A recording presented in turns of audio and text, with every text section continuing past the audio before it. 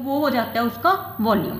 कहते हैं प्रूफ करो radius of right circular cylinder, एक राइट सर्कुलर सिलेंडर है, उसका कर्व्ड सरफेस एरिया ग्रेटेस्ट होना चाहिए, मतलब दैट कर्व्ड सरफेस एरिया को आपको क्या करना है, मैक्सिमाइज। एंड ये जो सिलेंडर है which can be inscribed in a given cone, ये जो सिलेंडर है वो कोन के अंदर है, कोई कोन है उसके अंदर एक सिलेंडर है, आपको प्रूफ करना है उस सिलेंडर का जो रेडियस है वो कोन के रेडियस का हाफ है, जो सिलेंडर का रेडियस है वो कोन के रेडियस का हाफ है। देखो कोन के साथ एक वर्ड लगा रखा है गिवन। एक बात बहुत ध्यान रखना कि जब भी एक्सरसाइज के क्वेश्चन सॉल्व करोगे कि स्टेटमेंट में जिस चीज़ के साथ गिवन आ जाता है ना डैट मीन्स वो कांस्टेंट होती है। स्टेटमेंट में जिस भी चीज़ के साथ गिवन आ जाता है डैट मीन्स वो टर्म वो वैल्यू क्या हो जाती है, कांस्टेंट। मतलब कोन का रेडियस, कोन का हाइट, ये सब आपको गिवन है। अगर गिवन है तो डैट मीन्स वो फिक्स्ड है, अगर फिक्स्ड है डैट मीन्स वो क्या है, कांस्टेंट। अब देखो मैंने लेट कर लिया कि आर रेडियस है कोन का, एच हाइट है कोन की, ठीक है। ये कोन की शेप है, कोन के अंदर क्या है, कोई सिलेंडर। अब ये आर एंड एच, ये जैसे कोन है, कोन का रेडियस क्या है, आर, ये है बच्चे रेडियस कोन का। जैसे ये कोई कोन हो, कोन का ये जो होता है वो क्या होता है, रेडियस, मतलब ये ओ सी क्या है, रेडियस।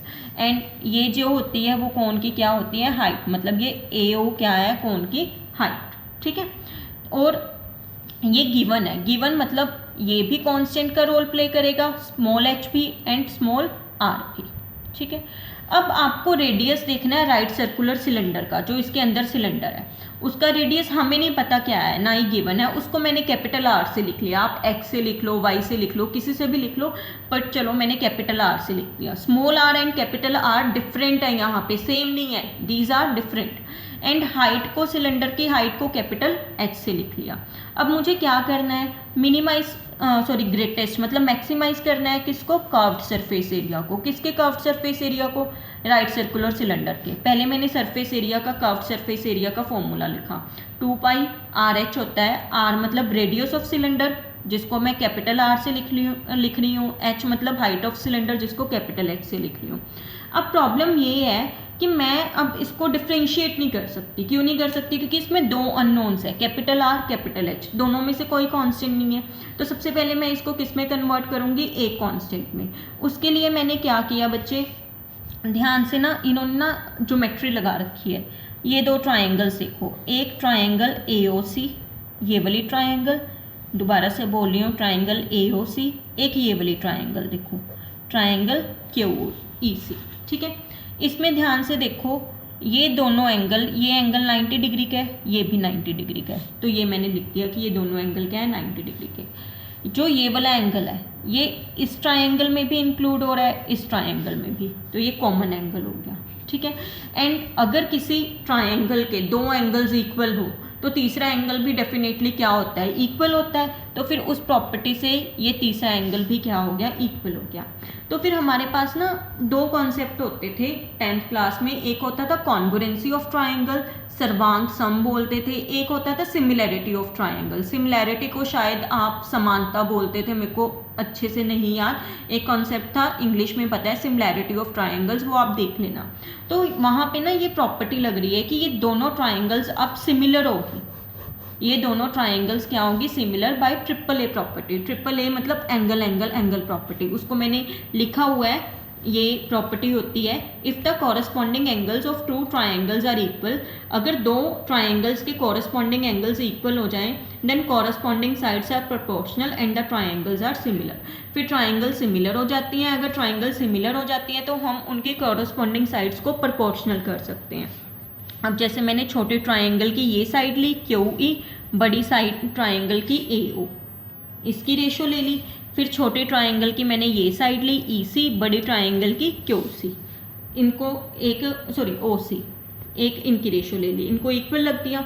QE क्या थी हमारे पास, मैंने पहले ही लिखा हुआ है कि QE जो ये साइड है ये हमारे पास क्या है, सिलेंडर की हाइट मतलब कैपिटल H, AO थी कोन की हाइट स्मॉल h, EC देखो कैसे निकालोगे, ये पूरी OC क्या है, कोन की रेडियस मतलब स्मॉल r, ये जो छोटी वाली है ये क्या है, उसकी रेडियस, सिलेंडर की रेडियस, ये है कैपिटल आर।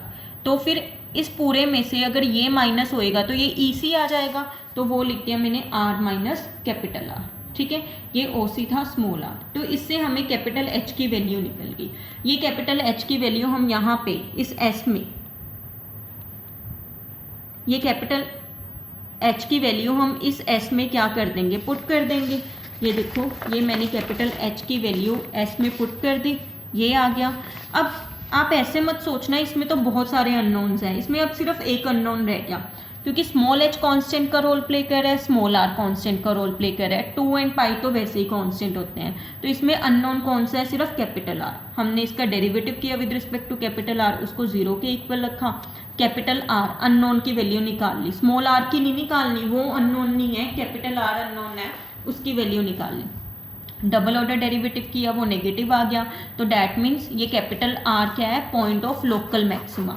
वैसे भी हमें कर्व्ड सरफेस एरिया को ग्रेटेस्ट मतलब मैक्सिमाइज करना था, तो ये मैक्सिमम हो गया। एंड उन्होंने बोला था कि प्रूव करो कि जो रेडियस है, क्या है, जो रेडियस है हमारे पास सिलेंडर की मतलब कैपिटल आर, वो हाफ है कोन